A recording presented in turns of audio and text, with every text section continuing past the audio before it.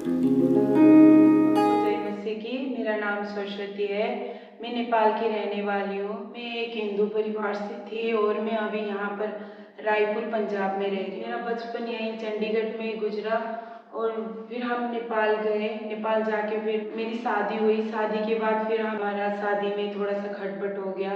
खटपट होने के बाद फिर मैं बहुत ज़्यादा मूर्ति पूजा में विश्वास करती थी। मैं तंत्र मंत्र करने वाले के पास जाती थी उनको झाड़ फूँक करने के लिए, पर वो सब व्यर्थ था। पर मेरी दीदी के घर पे गई। मेरी दीदी के घर पे जाने के बाद फिर मैंने दीदी को बोला कि मुझे नर्क से आज़ाद कर दे दीदी, मुझे विदेश भेज दे बोला। और मैं विदेश गई। विदेश जाने के बाद फिर मेरे पति के साथ मेरा बातचीत भी नहीं होता था। तो जब भी वो फ़ोन करते थे वो मुझे शंका करते थे। बहुत ज़्यादा शंका बढ़ गया था उनका। तो फिर बाद में जाके फिर मैंने उनसे बात ही करना छोड़ दिया था। फिर मैं बहुत ज़्यादा बीमार हो गई थी। विदेश में भी मेरे मुँह से ब्लड वगैरह निकलता था। और वहाँ पर मेरे भैया ने बोला कि चर्च में लेके छोड़ दो, बोला एजेंट को। तो फिर उन्होंने मुझे चर्च में लेके छोड़ दिया था। तो वहाँ पर तेलुगु चर्च था और मुझे वहाँ का भाषा वगैरह भी कुछ भी नहीं आता था। एक ही लैंग्वेज मेरा नेपाली लैंग्वेज था। मुझे इंग्लिश बोलना भी नहीं आता था, ना तो अरबी बोलना आता था। मुझे वहाँ चर्च में जाके एकदम सुकून मिला था, आनंद मिला था। फिर भी मैं प्रभु को तो नहीं जानती थी। ये सब क्या कर रही है ये बोलती थी, मुझे पता भी नहीं था। तब तो मैं प्रभु को नहीं जानती थी। मेरे मायके तो मेरी मम्मी मेरे भैया वगैरह चर्च चर्च जाते थे और प्रभु को विश्वास करते थे वो लोग। मैं तो विश्वास में नहीं थी। मैं नेपाल आई, फिर भी मैं बहुत ज़्यादा बीमार रही। बीच में मेरी मम्मी ने मुझे हॉस्पिटल वगैरह चेक किया और हॉस्पिटल जाने के बाद भी मेरा तबीयत ठीक नहीं रहा। तो फिर मुझे दीदी ने बोला झाड़ फूँक करवाते बोल के, और वो तंत्र मंत्र करने वाले के पास में लेके गए। और देवी देवता को भी उन्होंने ढेर सारा और बलि वगैरह चढ़ाया। और जगह जगह में जाके उन्होंने हाथ वगैरह दिखाया क्या है इसको, किस चीज़ ये सता रहा है बोला। तो उन्होंने बहुत विधि वगैरह किया पर फिर भी ठीक नहीं हुआ। और मूर्ति पूजाओं को मैं वो विश्वास कर बोला दीदी ने। तो फिर मुझे बहुत अच्छा लगता था मूर्ति पूजा करने में और मैं बहुत विश्वास भी करती थी। जितना भी मैं विश्वास करी मैं उसमें विश्वास करती थी, पर वो मेरा तबीयत ठीक नहीं हुआ। विश्वास करने में भी बहुत ज़्यादा मेरा तबीयत बिगड़ने लगी, बहुत ज़्यादा मेरे पेट में पेन हो गया, बहुत ज़्यादा मैं सहन भी नहीं पाई और मैं बेहोश हो गई। घर में एम्बुलेंस बुला के मुझे हॉस्पिटल लेके गए। हॉस्पिटल जाने के बाद दिन भर मैं हॉस्पिटल में पड़ी रही, तब भी कुछ भी थोड़ा सा भी मुझे ठीक नहीं हुआ। और भी दर्द, इतना दर्द कि मैं सहन भी नहीं पा रही थी वो दर्द। मैं ठीक से खड़ी भी नहीं हो पा रही थी। और मेरे भैया ने बोला, मेरी दीदी ने बोला कि यहाँ पर ठीक ही नहीं है बोल के फिर मुझे रिफर करके मुझे सरकारी एक जो बड़ा सा हॉस्पिटल था वहाँ से फिर मुझे एक प्राइवेट हॉस्पिटल में लेके गए। मेरा टेस्ट वगैरह सब किया, सब मेरा पेट से लेके मेरा शरीर का एक एक बॉडी सब टेस्ट किया। और मैं वहाँ पर 3 दिन तक रही, कुछ भी हल्का नहीं हुआ। और वहाँ के डॉक्टर ने बोला कि यहाँ पर तो नहीं होगा, आप अपने बीमार को लेके जाओ, यहाँ पर नहीं होगा बोल के फिर मुझे वहाँ से रिफर करके एक बड़ा सा नेपाल में एक नेपालगंज हॉस्पिटल है वो हॉस्पिटल में लेके गए।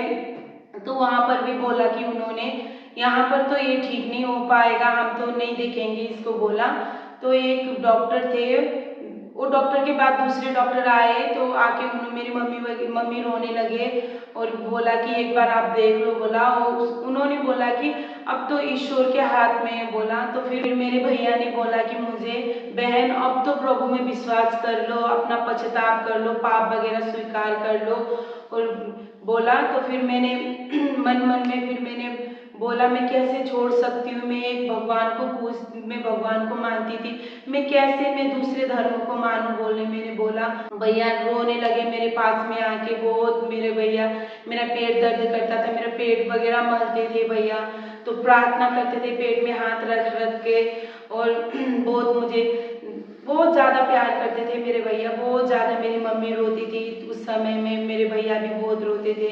तो उस समय में मैंने बहुत भैया को मैं अच्छा नहीं मानती थी। तो फिर भैया आके मेरे साथ में आके प्रार्थना किया उन्होंने। फिर मैंने थोड़ा थोड़ा सा मुझे विश्वास आया कि हाँ, एक बार मैं कर लेती हूँ, एक बार मैं ट्राई कर लेती हूँ बोल के। फिर मैंने उस समय जो भी हो आप प्रभु, जो भी आप मुझे माफ़ कर दो और मुझे चंगाई दो। मैंने एक दिन में ऐसे भैया चले गए वहाँ से, तो फिर मैं दिन में ऐसी सोई थी, तो फिर मेरा कान वगैरह तो सब खुला था, तो मेरा सिर्फ आंखें बंद था, तो बाहर क्या बोल रहे सब मैं सुन रही थी। तो फिर मुझे ना एक दर्शन आया, तो मैंने वो दर्शन में देखा कि एक काला कपड़ा लगाया हुआ व्यक्ति मेरे पास आके मुझे खींच के मुझे ले जा रहा है। तो फिर बाद में जाके फिर एक सफ़ेद कपड़ा लगाया हुआ इंसान आके, फिर बाद में उन्होंने मेरा हाथ पकड़ा, और हाथ पकड़ते ही मुझे ना एक एक चंगाई, शरीर में ना एक चंगाई का महसूस हुआ। तो फिर मैं उस समय फिर मुझे ना तो पेट एकदम चंगी हो गई, मेरा पेट दुखना वगैरह ठीक हो गया। और फिर तब जाके फिर डॉक्टर ने बोला कि ठीक है आपके बीमारी को। मैं 9 दिन तक हॉस्पिटल में रही, और 9 दिन तक मुझे नाक में पाइप लगा के रखा, और एक नाक में जब पाइप लगाया हुआ था तो वो एक बोतल था, वो बोतल में उन्होंने आते समय पीला पीला आता था, तो फिर बाद में वो जमा होता था, वो एक हरा हरा सा पूरा मेरे पेट में इन्फेक्शन वगैरह था, और इन्फेक्शन वगैरह निकल गया, और ऐसे करके घर भेज दिया।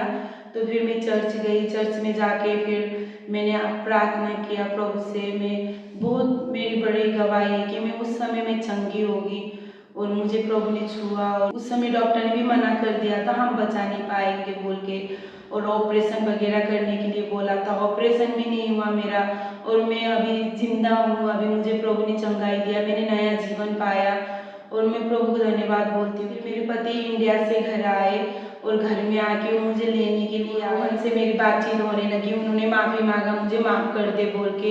फिर प्रभु ने मुझे आशीष दिया, और मेरी एक बेटी हुई, बहुत सुंदर बेटी हुई। प्रभु ने बहुत अच्छा सृष्टि किया है उसे, मैंने नया जीवन पाया। प्रभु जैसा कोई भी नहीं है। फिर यहाँ पर आई, मैं लिविंग फॉर जीसस चर्च में आई, यहाँ पर आके बहुत अच्छी अच्छी चीज़ सीख पाई। वगैरह मैंने प्रार्थना करना भी ज़्यादा नहीं आता था मुझे, तो मैं यहाँ पर आके प्रार्थना में भी इतना बाइबल पढ़ना भी नहीं आता था मुझे। मैं रुक रुक के बाइबल पढ़ती थी, यहाँ प्रार्थना वगैरह किया, तो प्रार्थना करके फिर बाइबल पढ़ना भी ज़रूरी है, और बाइबल भी मैं एकदम अच्छी तरह से मैं बाइबल पढ़ पाती हूँ। अभी जब से मैंने प्रभु यीशु को ग्रहण किया है, मैं परमेश्वर में बहुत खुश हूँ। मेरे हर एक संकट में प्रभु मेरे साथ में।